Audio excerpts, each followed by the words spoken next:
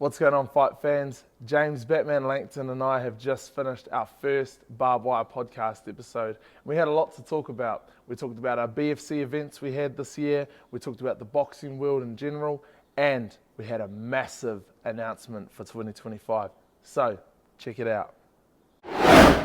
Kia ora, fight fans. Welcome to the BFC 2024 recap. My name is Trent, Kiri, and I'm here with the CEO of Barbwire, James Batman Langton. And we're here to reflect on the year that we've had. Hope you've all had a great Christmas and a happy new year. Batman, what a year it has been, hasn't it? Yeah, Merry Christmas, Trent, and all the listeners out there. It has been one hell of a year. How exciting has it been? The BFC series has been 3 fights this year. Next year we're going to continue to do extra fights. It's been one hell of a year. It has been, we've had 3 events this year. We had 102 in Opunake and then 103 and 104 in Stratford. Every time the reception was getting better, the fan engagement was getting awesome. Our new concept of the fans vote for the winners of the fight was really, really taking off, hasn't it? Yes. Now, each time we do the fan vote, we get more people watching. We're consistently getting probably about 15 to 20% more viewers each time. I think we've done awesome, but it wouldn't be anything without everyone who's engaged with us this year. Be it they've registered to watch the event, they've put their votes in on what they thought, or even just giving feedback on the events. It's been awesome this year, man. I've been thoroughly impressed with what we've been able to achieve in such a short time. So big pat on the back to you, my man. Well done. Well, listen, man, it's just not me, eh? Behind me, we've got this incredible team. Yes.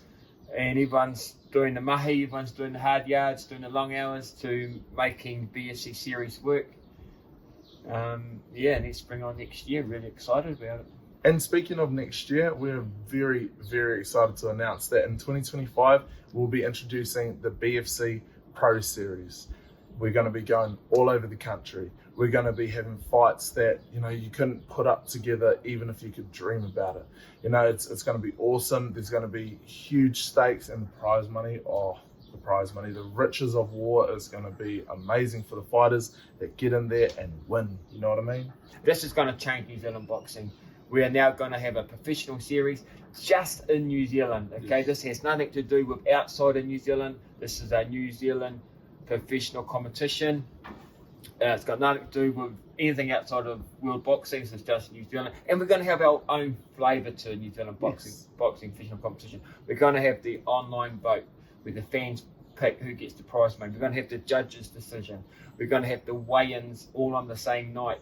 Yes. So it's going to have a New Zealand flavour to it. I'm very, very excited about this, and we've got some great fighters that have already signed up for the professional boxing competition. So, man, let's get this on. Speaking of fighters, for our recap, I figured it would be nice for us to come up with some categories, if you will, and I'll let you do the honours of announcing your pick. So, your pick for BFC, favourite fight, your favourite fight or fights of the year?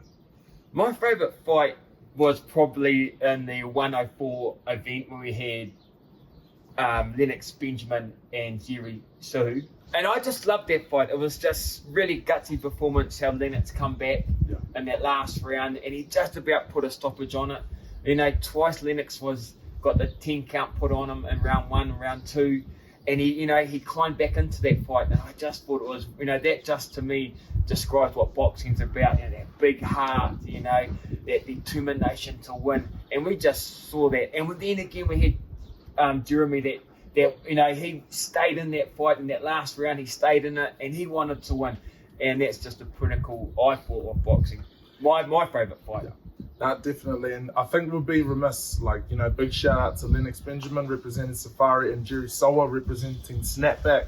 You guys put on an amazing fight in our last event, but we would be remiss if we went by without the debut of Uinuku natives, Niwa Barlow, taking on all the way from Whangarei, right out of Flavel Boxing, Michael Lee Tuaiti. What a sensational fight that was too, wasn't it, James? That was a good fight. Niwa's got all the charisma and the enthusiasm and the energy that that people will love to watch, and people will just love to watch Neo because he's an entertainer. Where Michael's a little bit more quiet, but he gets in that ring and he just becomes a beast of a fighter, lets his hands go. Yeah, great fight. Great, awesome fight. I think when we go back through our 3 events that we had this year, I think there are a few fights that we do need to mention before we continue. So from our 102 event, we got Leilani Leatherby out of Barbwire versus Sarah Mashevsky out of Olympus. That was awesome. That was one where the fan vote didn't quite match up to the judges' vote. They were, opposite sides of the fence, which is awesome, which is great. And then also Bobby Kartini versus Wills Moala out of Olympus.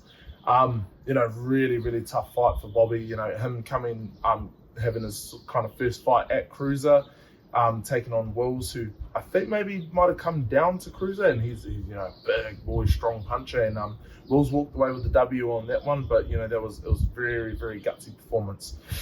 Moving into 103, wow, Natariki Rokutini versus Charlie Ainsworth, which was the fan voted fight of the night.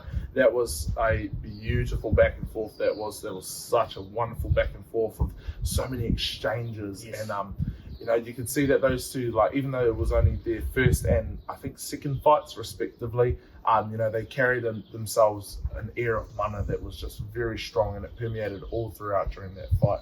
Yeah, absolutely. And if there is a fight that the online vote had it one way, the judging had it the other way, the other fights I want to really focus on next year as well. The other fights that deserve to have a rematch. So if your fight did go either way of the judges to the online vote, expect a phone call, expect an email, because I'm very keen to get those fights on the card for next year. Definitely, we want definitive results. Yes, we do.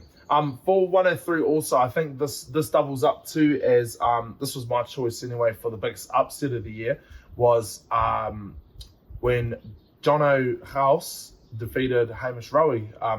House fighting out of Safari, survived a really strong early onslaught from Hamish. He came out in those first 2 rounds and was just bopping away. There was no let up from Hamish, but Jono, stayed composed, he breathed, and he ended up actually just, outboxing Hamish a bit. And, all credit to Hamish, he left it all in the ring, but in that fight, the better man really won. And I think that was a big surprise, because even Jono had some hesitations coming into that fight. But when I spoke to his coach, he discussed to me that, after his Shark Tank the week before the fight, man, he just saw something switch over, and we saw that on the night. Yeah, look, Jono fought really well. Hamish is a good fighter. I'd love to get him back in the gym, get him going for next year. Yeah, great fight. One of my favourite fights for the series, for the year. Good on Jono for digging deep. He lost those first 2 rounds. Yes. And he come back and won that last round and got a TKO. Yeah, and he did well. But what's your choice for the biggest upset over the year there, Batman? Probably Joseph Howard over Powell. Yeah. Unfortunately, Powell didn't have a great training camp. So he probably wasn't quite ready for that fight, but good old, Joseph, mate, he turned up, trained hard, and got the win. I think that was probably the upset for me.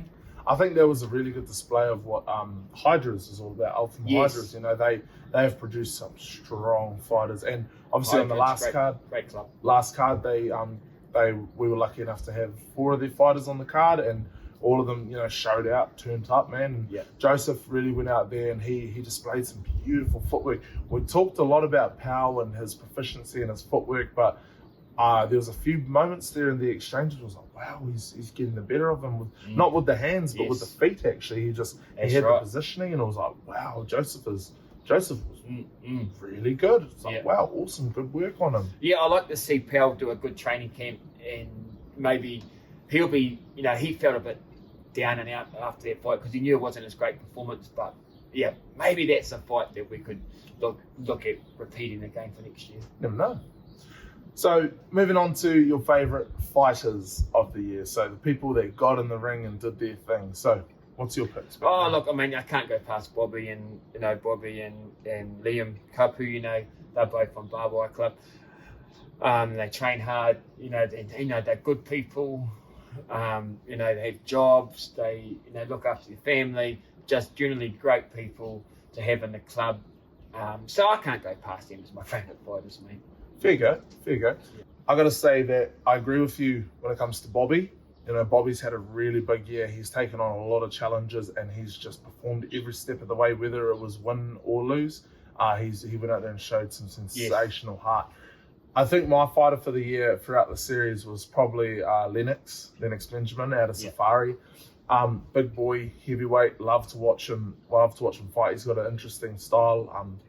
Fights open stance. He very much invites the action to come to him, and I might be a little bit biased because I've been training with him too, but seeing him go from his first fight to his fourth fight, all in the matter of, I think it was 4 months, really was a testament to him, his toughness, his grit, his ability to just, grind it out when it comes to the gym.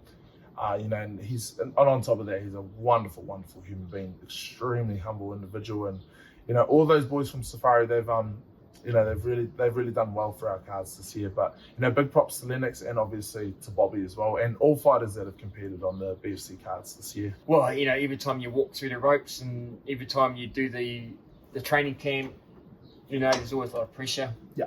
Anyone that walks through those boxing ropes, mate, they deserve a pat on the back. It shows a lot of courage. 98% of people couldn't do it. And it's only about 2% of the world that would climb through the ropes and do it. And it's just not about doing it once. You got to do it time and time again to be, to master your craft. It's a beautiful sport, and but it's not for everyone. So the ones that do it, take my hats off to them. 100%. So, what's been your favourite event of the entire year this year? Has to be 104. Yep. To have the support from New Zealand boxing, to have the heavyweight women's title fight was my favourite thing. Just to have that confidence that our shows are good enough to put on a heavyweight title fight, and have the fans' engagement with the online votes. New Zealand's boxing are seeing the benefits of having doing it this way, engaging more people. So 104 event was probably my favourite, because I also set a goal to do 3 events this year. So we accomplished that, and just to get it over the line. On Friday the 13th, nonetheless. You madman, you. 104. So 104 was awesome. My favourite event for the year was actually 103. Yep. That was just, the crowd, the vibe, the setup. It was our first time properly broadcasting, my first time announcing on the shows, yes, and that was a big thing for me to do my first show of commentating and also doing the announcing. And the fights on the night were just, wow, that was so awesome. I think 104 definitely had the better bouts, but 103, I don't know, I think it was the vibe in the air that night was just, It was wonderful. It was. Everyone was engaging hard out, the crowd was into it, and from first fight right until the main event, the energy did not stop the entire time. Yes. So that was wicked. So moving into 2025, who are some of the fighters that you would be telling people to watch out for? Well, we've always Leilani Leverby, she hasn't had a loss in her 4 fights. She loves to fight. She mentally prepares for it. Beautiful fight, the way she moves. So Leilani Leverby, watch out for Leilani. She's got big future in boxing, big future with BFC professional competition as well. And another fighter that I really like is James Assi from Olympus Gym. Yeah, he trains hard. You always see him out there doing the runs, doing the weights, doing the pull-ups, the push-ups, the squat jumps. Beautiful fighter, nice person. So, my 2 fighters that I would say, watch out New Zealand, these 2 fighters are going places. James is awesome, man. He competed on our 102 event and he did extremely well. I believe he beat Waisia.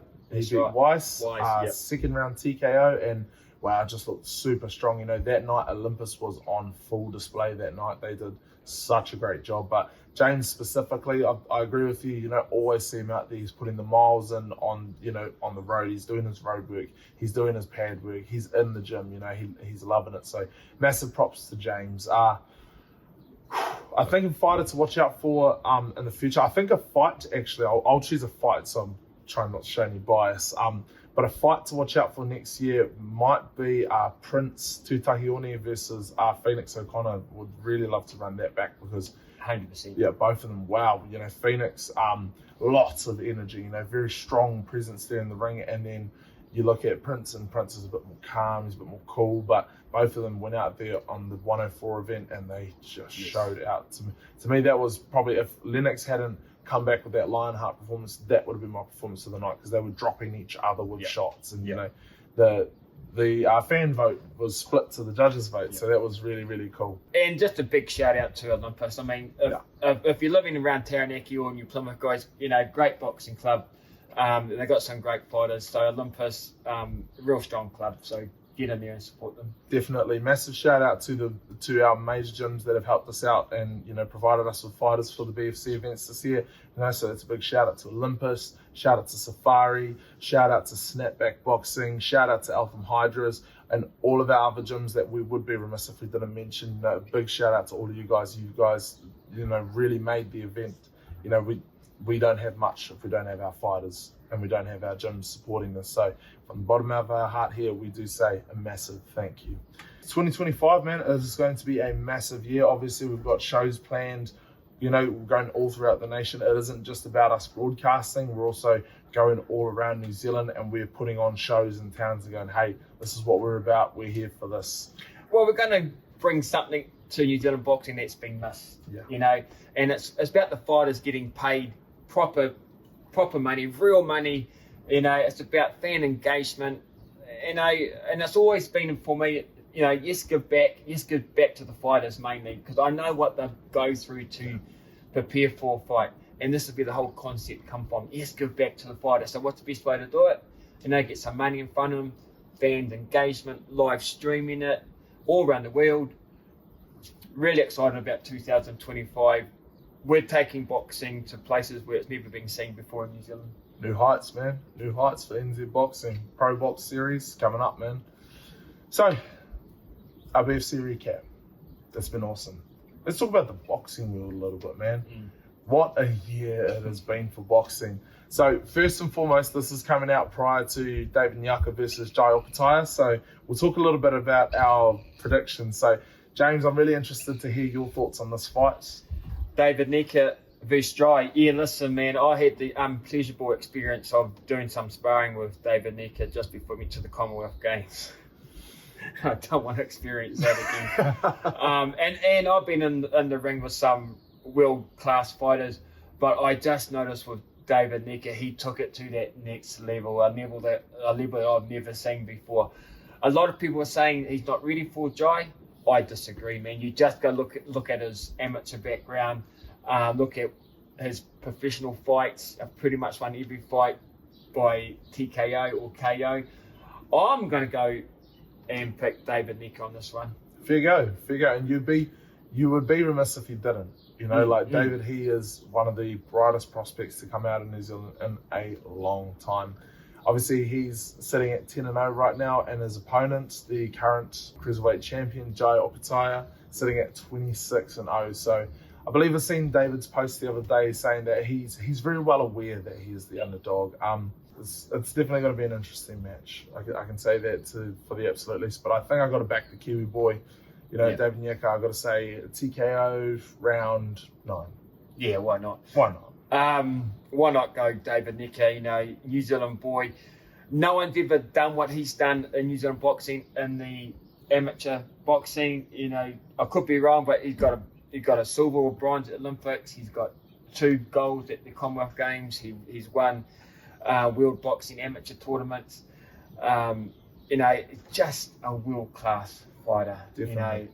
And good on these guys for putting this fight on so early on in their career. Yeah. And it's about time world boxing started getting these world-class fighters at their prime. Yes. So, great fight. Yeah, Looking forward to it. Definitely. Speaking of New Zealand boxing, really excited also to see the co-main event of BFC BVOL 2 is going to be Joseph Parker versus Daniel Dubois. Dubois still riding high off of his defeat of Anthony Joshua in a very definitive fashion. You haven't seen him defeated like that since Andrew Ruiz did it. And obviously Joseph Parker, was blown away when he beat Deontay Wilder, and so to see both of them sort of kind of around the same age, to see them competing at what could be their arguably their primes, is quite amazing. He's something of an anomaly, Joseph Parker, and definitely one of the best kickboxers to come out of here in a very long time. Yeah, I mean, what a fight. I mean, it's a 50-50 fight, and and that's great. Daniel DeBleur just had that incredible performance against Anthony Joshua. He just reminded me of a bigger version of Mike Tyson. He just shoulder roll and just hunted Anthony Joshua. He's just a beautiful boxing. And I love to see how he comes out against Joseph Parker. Is he going to do the same shoulder roll, hunt him down, throw those big shots, those big looping, shots, let his hands go. And then you got, Joseph Parker, who's just going to be picking him off, using his ring craft. Pick and move, beautiful. And I think it's quite substantial to have a Kiwi, being the co-main of one of the biggest cards that's going to be put on, in this year or the next. And I think I have to back Joseph Parker. Obviously, Kiwis and that. I've got to back Joseph Parker. I think I'll go by majority decision. I think it'll go the rounds. Mm-hmm. Joseph Parker by precision. Yeah, fair you go. Yeah. And speaking of that event, let's talk a little bit about the main event for that fight between Artur Beterbiev and Dmitry Bivol. Obviously, a very controversial fight the first time round. Someone's overhead to go, and it ended up being Bivol on the night. But Beterbiev, man, those hands, they're not to be messed with. They are not to be messed with. He is an exceptional power puncher, and from my understanding, he's also the first undisputed light heavyweight champion in the 4-belt era since Roy Jones Jr. Wow. There you go. To be up there with that sort of company is, something that's quite amazing. Yeah, Bivo's got that Eastern European beautiful style, nice long punches, always coming forward, but just keeping it long. He's beautiful Eastern European style fighter. But I'm picking an upset. I think Bivo will come back and beat Beterbiev on this time. He's just got a world-class fighter, and his attitude towards winning is just at next level. Yeah, it's really tricky from the first time round. It's really, really tricky to try and make a call. But I think I'll back Beterbiev for this one. He's the champ. He's still undefeated, so I think I've got to stand by Artur Beterbiev on that one. And I'll say KO. I'll say KO. Wow, he's get that. I'll say KO round 11. Please, Dmitry Bivol, please don't hurt me, man. I'm sorry. I'm just giving my ideas. And it's been a mental year this year for the boxing world. Obviously between Jake Paul and Mike Tyson. On just Jake Paul's rise to fame in general, really. What he's been doing has just been. Look, he's put a whole new crowd to the game, hasn't he? He's brought all those YouTubers and all that younger generation to boxing, and it needed it. It needed it. So good on Jake Paul for doing that. Good on Mike Tyson for making it to the ring. Obviously, he had some complications along the way, and he could have nearly died at some points, but he got in the ring and he put on a fight. How many 60-year-old men do you see out there getting in the ring going for a pro fight? Yeah, man, he got in there, climbed the ropes, and went the distance. I think boxing does need to be careful of not going too far, too far one way and it becoming a bit of a joke. I mean, it was on that verge of being, this is bullshit, let's not watch boxing again. They may have somehow, they got away with it. It's not a fight that I'd ever want to see again. It somehow attracted the world's interest. Yep. Huge pay-per-view views around the world. Showmanship, and it was all about it. The whole world was about it. People who had never ever watched boxing before, saw that and were just like, okay, I think I might give this a go. If 60-year-old Mike Tyson can get in the ring and a 27-year-old YouTuber can get in the ring, I think I can do it. I think that's broadening the appeal of boxing to a lot of people, Yeah, and all of a sudden, everyone wants to fight Jake Paul. Yeah.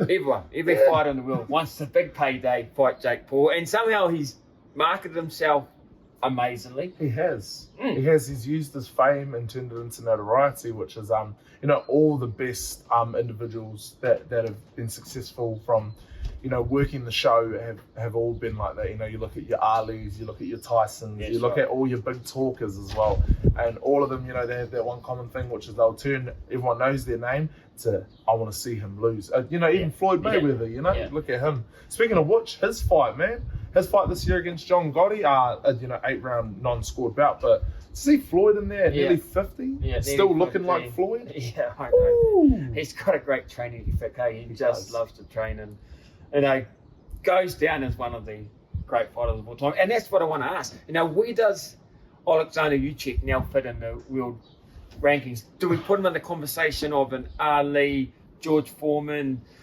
Mike Tyson? Is he in that conversation yet, or does he need more fights? Nah, I think he's in there. I think he's in there personally because of the level of competition he's faced. Even though some would say, Tyson's washed up, Fury's washed up, mate. We've seen what Fury looked like washed up, and he came all the way back from that. So even though on the night he was 60 pounds heavier, even though on the night he had the 7-inch reach advantage, even though he had the age advantage, he had everything, height advantage, Usyk still outboxed him. So, he did.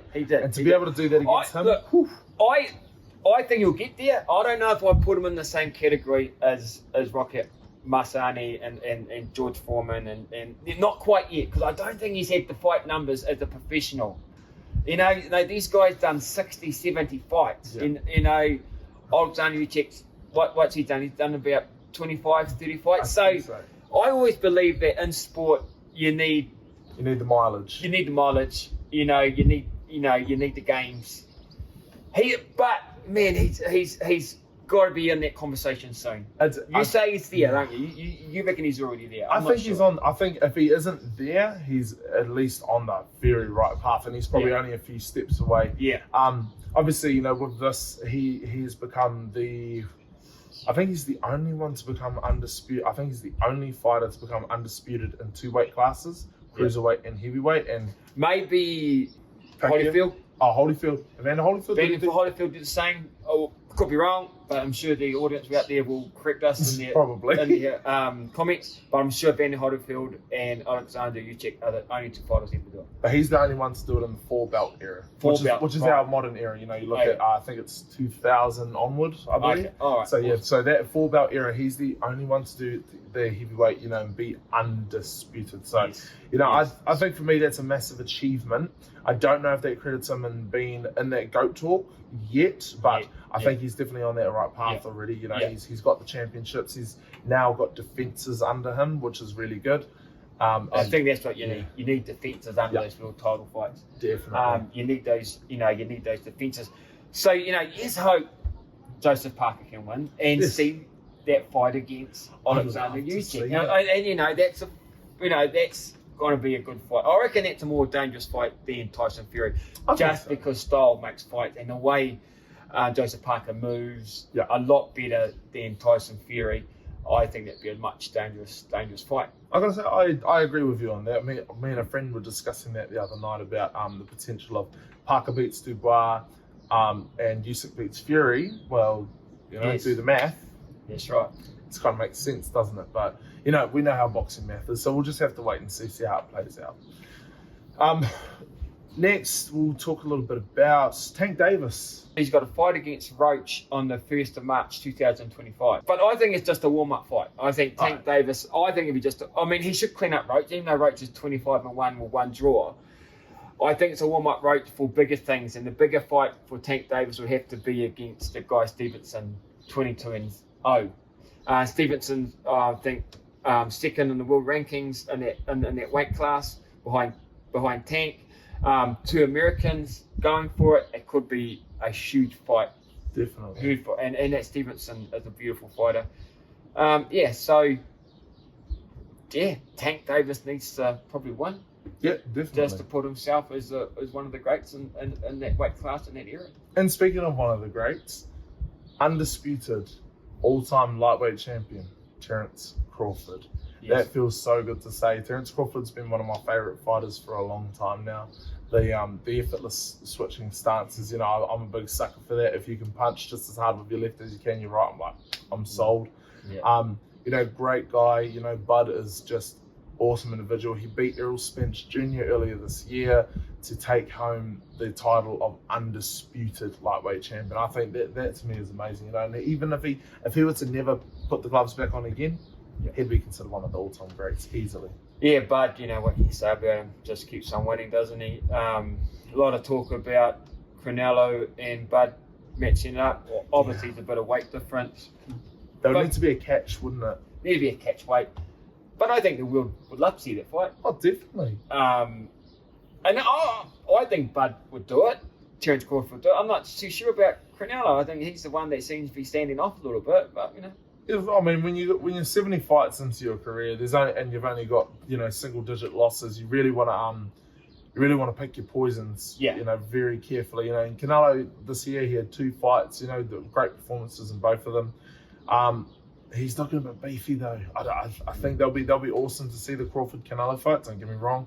Just being able to close that distance between the two of them, I think would be a very interesting way, because even when you look at like Ryan Garcia and Devin Haney, Garcia put the condition out there that Haney had to make a certain weight. He didn't, and I think he paid him like $500,000 for every pound over he went. There's always been those sorts of things. But I think, and for the sake of the purity of boxing, I think that both men would be able to come to an agreement of what a good weight is for them. And be able to fight at some kind of catch weight. So we'll want to see that fight, I believe. Definitely. We'll want to see it. Get those Saudi Arabia boys onto it. Yeah, hell yeah. Riyadh season, man. Riyadh season. They're all over it, man. Go and get them Saudi. Get them some money. Get that fight done. But yeah, what a wicked year for boxing this has been, man. I've been, this is a little bit more on a personal note. This has been, we talked a little bit earlier about the inception of BFC and how it came to you when you were in a time where you weren't necessarily in the right mindset, and things were getting you down. I was in a very similar set earlier this year. It was quite divine that I reached out to you and you got back to me, and then it just happened like this, and it was just like, all right, come for a try, and then boom, just like that, part of the crew, and it's happened. So I'm truly grateful for this, Batman. This platform, this opportunity to be able to be doing all of this, man. This is this is a dream come true for me, to be able to do all this and to be on the right path and heading our way up. Out here doing big things, man. It's it's going to be amazing. 2025 is going to be a BFC kind of year, you know what I mean? Yeah. Now, listen, I mean, my team has to say thank you to you. You come forward, you've taken it on hand, you've taken the bull by the horns and say, yeah, I'm going to own this, and you've done it. You've between me and you, we're the face of BFC. And we just need to get a few more boxes to be the face of it, and we're going, and we'll get there. Yeah, definitely, man. So thank you, and everyone else that's behind the team. And everyone else, our whole team, our social media team, our production team, our lovely director, Heidi. This year has been amazing. Taking this off the ground, so to speak. Doing something that hasn't been done before. Something, reaching new heights, gunning for new heights, putting on great fights. Biggest highlight for the year, I think, would probably be when we had the women's heavyweight title. I'd say personally, that was my highlight of the year. Just to, apart from doing the 103 event, because that was like, wow, this is a professional boxing match that's happening right in front of my eyes. With 2 people and 2 really strong ladies, man. I just want to touch on that a little bit, man, because we talked a little bit about it, but like to me that still boggles me that Maria still had the gas to go out in the championship rounds and just continue competing. Yes. That round 5, round 6, 7, and 8, she was still out there, still swinging, and finally finding her range. I'm like, that displayed to me a bit more about what boxing is about. Yeah, Maria, right to the last round, she kept fighting. The rounds were close, but anyone that saw the fight live stream would know that Sequita won the rounds. But they were close rounds. They were close. The fight was a good fight. New Zealand Pro Box, well done for allowing us to do it, and well done for my team for putting on a great show to showcase it.